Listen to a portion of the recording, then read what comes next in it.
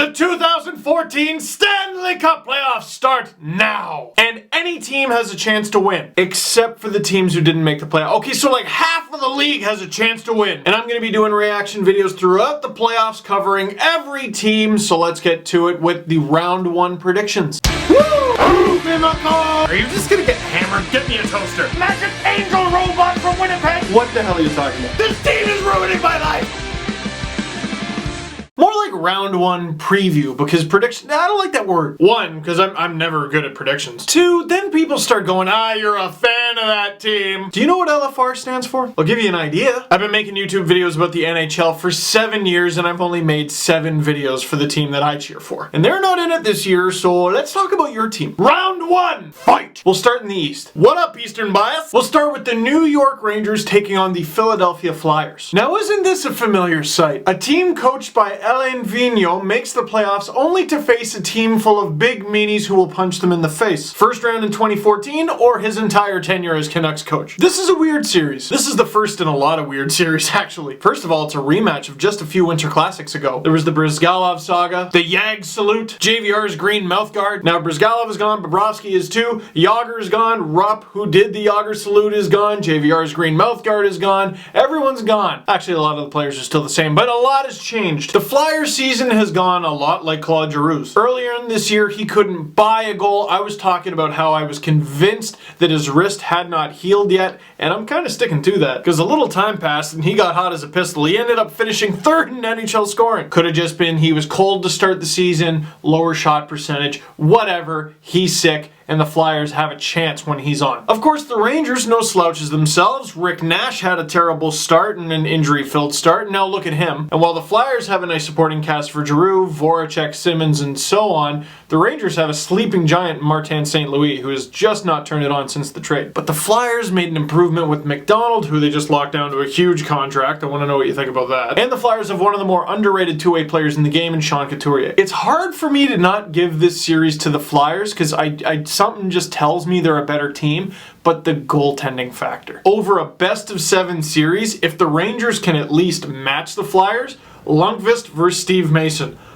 Even on an off season, I go with Lundqvist. I'll go with Rangers in 7 for the sake of it, but I honestly have no idea who's going to win that series. The Pittsburgh Penguins versus the Columbus Blue Jackets. Now, I think most of the people watching this videos, maybe even Penguins fans included, can agree that regardless of what the outcome is in this series, just let Columbus win a game. Let them win one game. Because a lot of people don't realize this. Columbus does not have a franchise playoff win. They went to the playoffs one time with Steve Mason as a rookie. Remember when he was Rookie of the Year?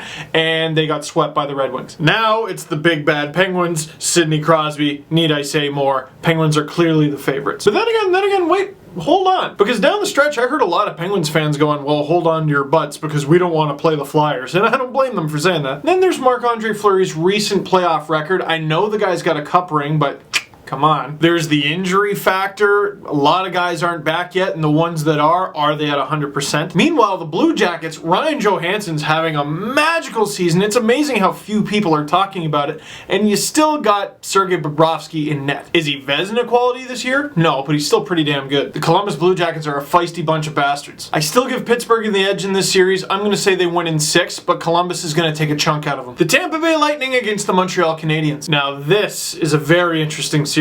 Montreal, much like last year's Leafs, they've been winning games despite getting outshot pretty much constantly. But completely opposite to last year's Leafs, they came back from a 3-goal deficit in the 3rd period to win a game. Thanks, Ottawa. That makes me feel a little better. And of course, Montreal has Carey Price. That's a pretty big factor. The Tampa Bay Lightning, wow, they've been a better team all year, a better team than most teams in the East. Steven Stamkos is back, and he's playing just fine. They lost Martin St. Louis, but they still got a great supporting cast of Tyler Johnson, Andre Palat, Ryan Callahan has been playing his role, Victor Hedman's been having a very good year. The Lightning look pretty good. And who could forget Ben Bish? Wait, is he still hurt? And there is the rub. I would say the Lightning in 6 if I knew guaranteed Ben Bishop was A-okay. Without him in net, he's been such a huge part of this Lightning team this year.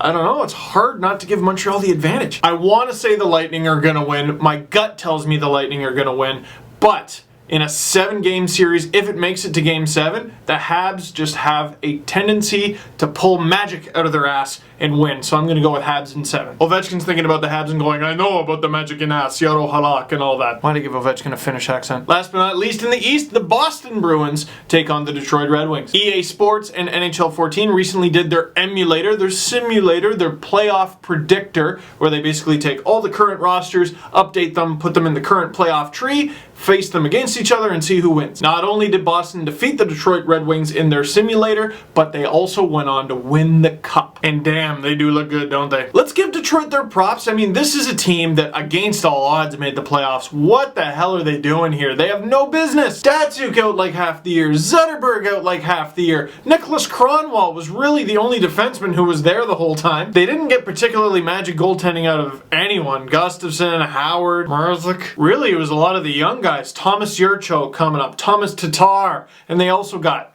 Gustav Nyquist, who just recently we saw make Zdeno Chara look kind of silly. And while I'm happy to give the Red Wings props, the friggin' Bruins, dude. Zdeno Chara. Brad Marchand is just a bastard in the playoffs. More so than usual. Patrice Bergeron on an awful day with a punctured lung and 0 ribs, just ribs ripped out, is one of the top 3 two-way players in the game. That was graphic. And then there's Tuukka Rask, who might win goalie of the year. I mean, I believe in miracles and everything. I love a good story. The Leafs forced the Bruins to 7 games last year, but Boston in 5. Plus, even though the Bruins play a very good bad guy, Jerome McGinley. On to the West Coast. The team's in charge for keeping the East Coast up late. Bloggers don't sleep anyway. We start off with a very interesting one, Colorado versus Minnesota. Now, we talked about how Montreal was a bad possession team and they're kind of the Leafs 2.0. Colorado, they're freaks. They get eaten alive in possession on a consistent basis, and look where they finished in the standings. They're monsters. I think Thomas Drance sent out a tweet, and he just put it perfectly. You see Calgary in their own end, and you go, how are they so good? And then you see Landeskog or Duchesne or McKinnon cross the blue line, and you're like, oh, they just have weapon after weapon after weapon, and as long as Semyon Varlamov can stop a puck,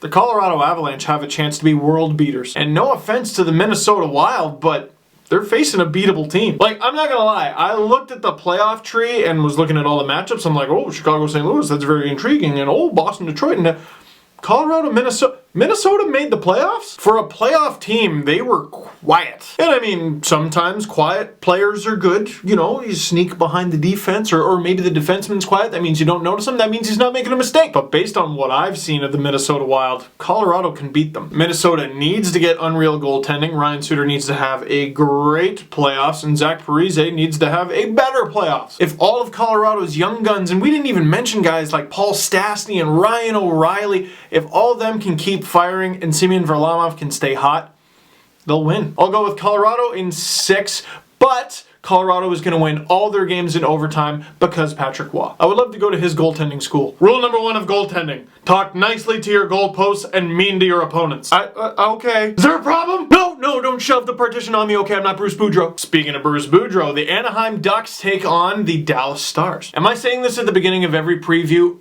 Interesting series. The Anaheim Ducks are fascinating. One week, they look completely monstrous, unstoppable. Corey Perry, Ryan Getzlaf, this merry-go-round of goaltenders that go in net and play amazing and get a shutout. And I check back like a couple weeks later, I'm like, where'd all those losses come from? They seem to be a very hot and cold team. A lot more hot than cold, but both. Then you get the Dallas Stars. These guys were one of my favorite teams to watch all year. Such a young and exciting team with one of the most terrifying lines in the league, and no one seems to talk about it. Now, I think they take them off the line from time to time, but Valerie Nichushkin with Tyler Seguin and Jamie Benn is nuts. Seguin and Ben finished with the top scores in the entire league, and no one really mentioned it. Like, it's kind of unreal that the Bruins got rid of a player of Seguin's caliber, and then, President's Trophy, no big deal. And Kari Lettinen's another guy that doesn't get enough props around the league. I think he's a fine goaltender who just hasn't really had a chance to shine until recently. Ultimately, I think the Ducks are probably going to stomp the Stars. I'll go with 5 games for the Ducks to win, but the Stars are going to gain some valuable experience,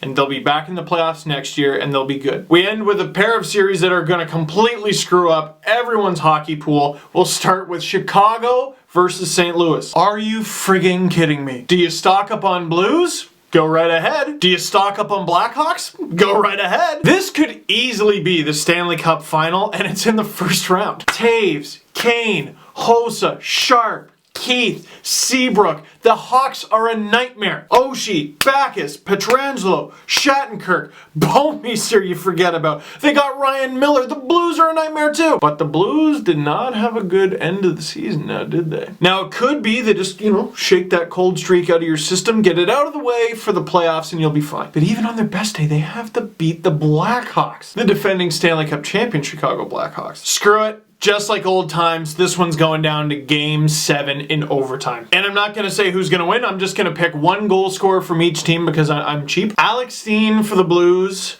Patrick Kane for the Hawks. And screw it. Hawks. Hawks in 7. It's not fair that that's in the first round. And it's not fair that the series that we're ending with, LA versus San Jose, is in the first round either. That's stupid. You're talking about two teams that if we played the season over again could finish 1 and 2 in the league, will just be out of the playoffs after one round. Two of Chicago, St. Louis, LA, and San Jose will be out of the playoffs in 2 weeks. Are you joking me? The Kings are just monsters. Obviously, they play a big, heavy, exhausting, wear you down style. And I like the Sharks in this series, but 5 games, 6 games. By the time you get to 7 games, you're going to be tired. And even if the Sharks manage to beat the Kings, how are they going to do in round 2? Oh my goodness, you managed to pull out a win in round 2. How are you going to do in round 3? Oh my gosh, you fought a war and got it. How are you going to win the cup? If you play LA, even if you beat them, they're going to hurt you. They're going to be unpleasant. So, giving LA all this props, let me just say, I think the Sharks are going to win though. Got to get Joe Thornton's name on the cup eventually. Patrick Marleau, that had shut some people up. And they got this young base of exciting players, Vlasic, Couture, Teenage Mutant Ninja Hurdle. I know Antti Niemi has won the cup before, but yeah, Antti Niemi, yeah, you sure? So usually when I can't decide who's going to win, I go with whoever has the edge in goal. Obviously that's LA. My gut, something in my gut just tells me San Jose will beat LA. I'm going to go with 6. Those are my thoughts on what the first round is going to be like. I want to know what your thoughts on what the first round is going to be like are. But in the end, doesn't matter. I am a guy screaming into a lens, which is a lot different from being a guy standing in the slot screaming for a pass because I got a shot at a goal. This is just what I think. Thinking cap on. Thinking hood. What? Once again, let me know what you think. Follow me on Twitter at Steve_Dangle. If you liked this video, click like. If you really liked it, click subscribe. And I will see you when the playoffs start. That's the great thing about games. They get played.